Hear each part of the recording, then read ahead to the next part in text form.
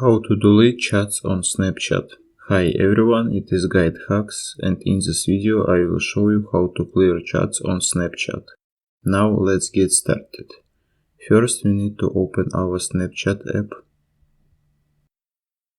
Then we should tap on the profile icon at the top left corner. Here we need to tap on the settings at the top right corner. And then we should scroll down and find account actions.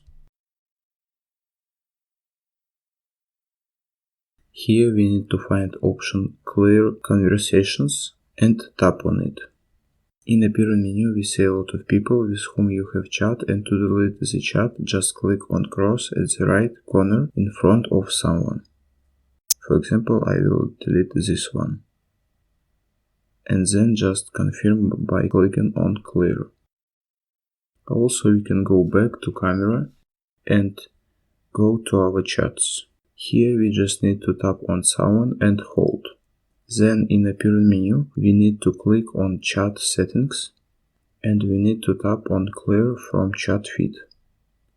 And then confirm just by clicking on clear. And that's all. It was how to delete chats on Snapchat. Thanks for watching.